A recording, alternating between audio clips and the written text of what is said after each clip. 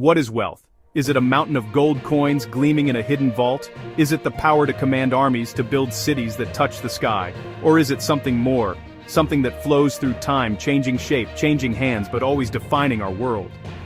We have always been fascinated by those who possess more than anyone else. These figures are more than just rich, legends whose fortunes defy reality.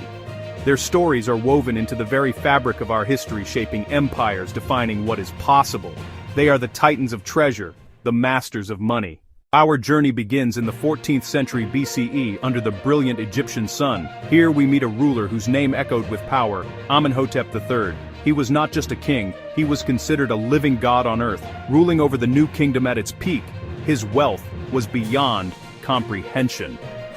Imagine a world where the king owned everything: the fertile black earth along the Nile, the shimmering gold mines of Nubia, and bustling trade routes carrying lapis and ivory. It all belonged to him.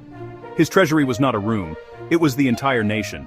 Amenhotep's era was peace and unprecedented prosperity. He is remembered for building projects and diplomacy. Foreign kings wrote begging for gold, said to be as common as dust. He used wealth to build on an unheard-of scale: Luxor Temple, the Colossi of Memnon. He lived in a sprawling palace at Malkata, painted walls, artificial lakes, exotic gardens.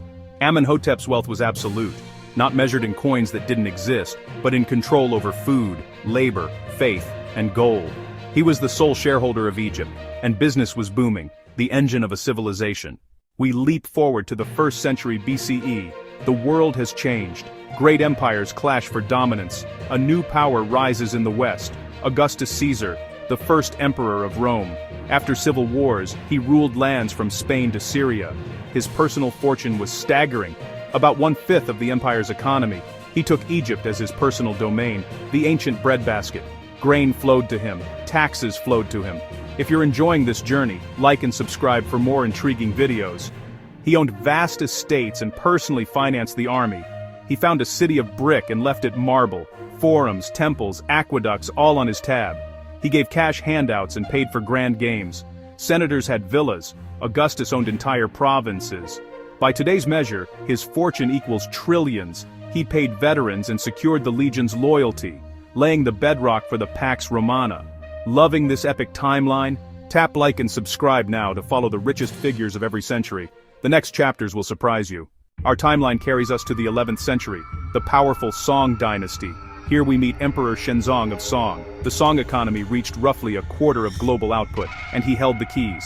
Radical reforms centralized wealth, state monopolies, farmer loans, and price controls. They pioneered gunpowder, the magnetic compass, and the world's first paper money. Kaifeng bustled with over 1 million residents and waterways thick with trade. Shenzong's wealth was modern and absolute. Control of a dynamic economy, centuries ahead of its time. In feudal Europe, wealth meant land and conquest. Alan Rufus, Alan the Red, William the Conqueror's kinsman. After Hastings, he was rewarded with vast English estates. By Domesday, he was second only to the king. His fortress at Richmond crowned his power. His fortune equaled about 7% of England's income, richer than many modern billionaires in relative terms. The 13th century, Venice, city of ships, palaces, and glittering ducats. Enrico Dandolo, blind, aging, brilliant. When crusaders couldn't pay, he forged a new course: Zara, then Constantinople. After the city fell, gold, silver, gems, and relics poured into Venetian holds. The spoils adorned St. Mark's and crowned Venice's dominance. Dandolo turned a trading republic into an imperial force through audacious strategy. 15th century, a banker from Florence builds an empire of credit. Cosmo de' Medici led a pan-European bank, the papacy and princes in his debt.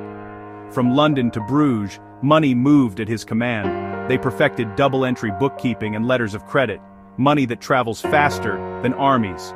Cosimo funded the arts and finished the Duomo. Florence became the cradle of the Renaissance. He could make or break rulers, proving the hand on the purse is king. Like and subscribe for part 2 as we chart New World tycoons, industrial titans, and fortunes that dwarf them all.